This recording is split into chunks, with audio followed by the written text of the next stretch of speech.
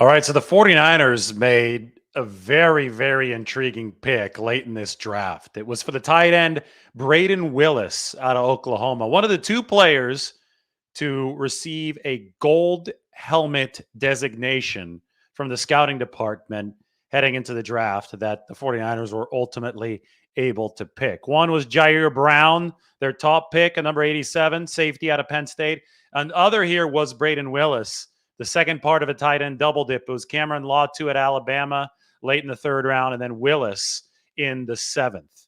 And with Willis, there's some metrics that really make you say, whoa, the 49ers might have gotten an absolute steal. First off, and I talk about this at the very top of the article, and you could see it up here on the screen. You can go ahead and check the description for this piece on Brayden Willis. I talked to his tight ends coach, Joe John Finley, who was a 49ers tight end back in the day. There's Joe John Finley.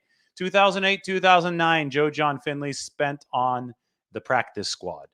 His teammates were Vernon Davis and Delaney Walker in the tight end room. He also spoke very highly of Justin Smith, of Patrick Willis, got to practice against him.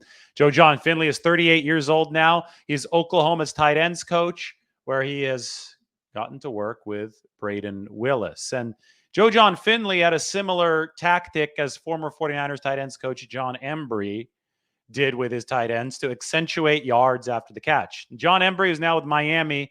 When George Kittle was a rookie, anytime George would run out of bounds, instead of taking on a would-be tackler, John Embry would fine George Kittle $10. $10 here, $10 there.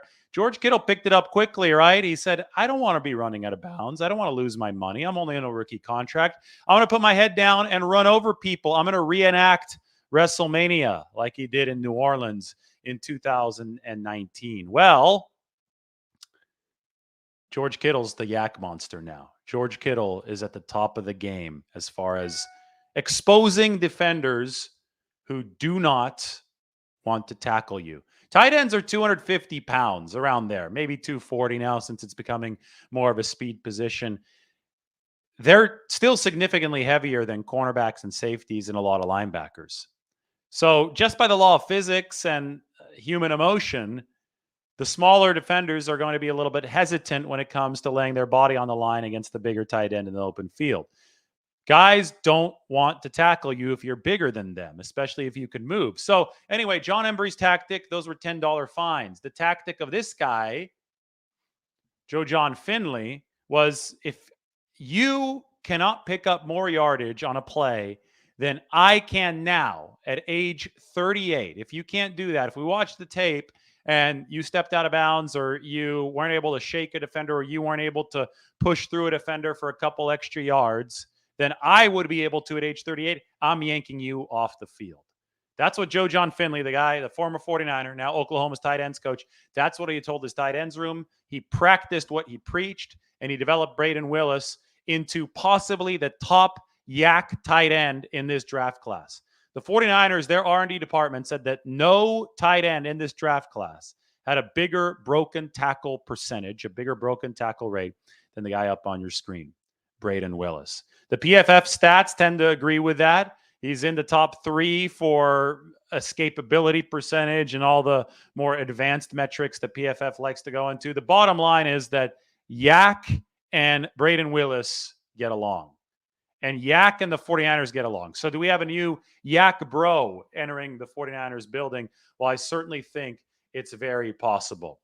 One thing is the 49ers are looking for that pairing with George Kittle, right? So blocking is going to be really, really important. Kittle, he runs the 4-5. Kittle runs through people, but he also blocks. He takes that part of the tight end position, his repertoire, extremely seriously, where Brayden Willis does too.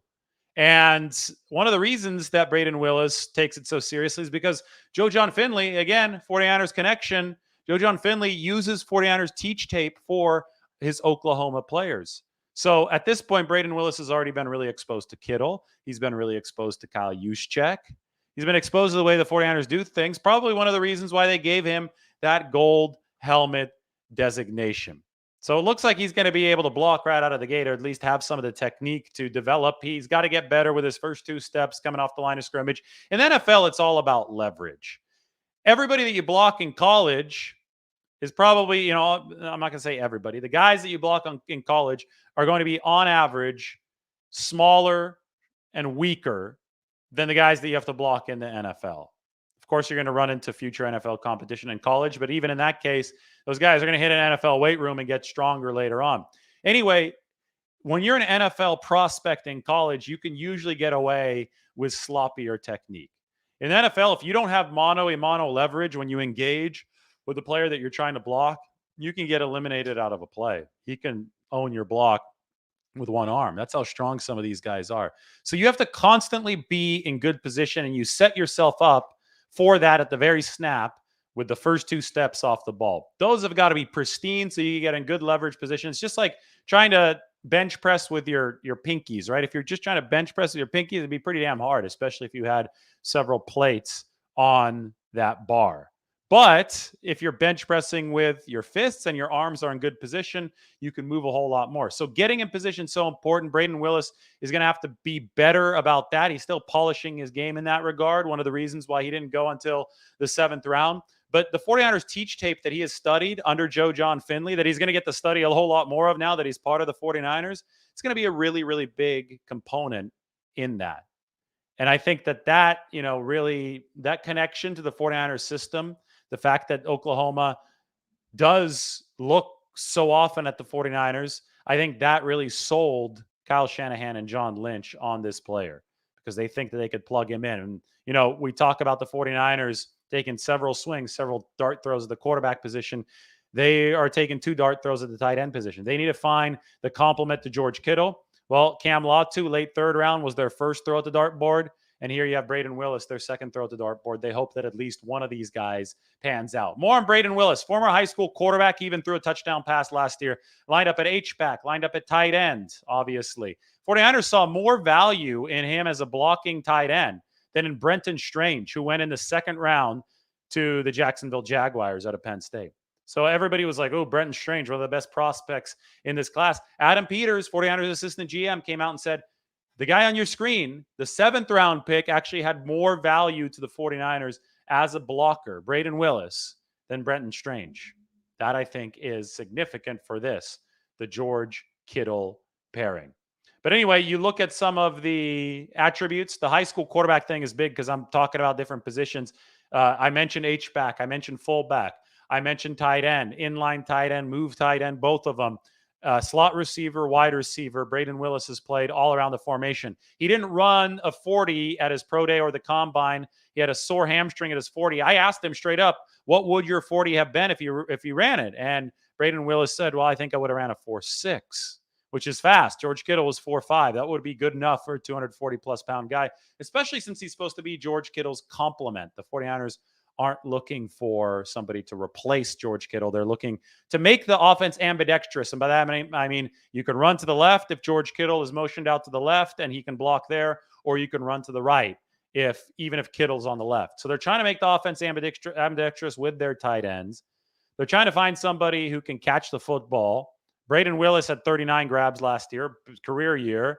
Was featured much more in Oklahoma's offense, ran a lot of good option routes like Jason Witten used to do with the Dallas Cowboys.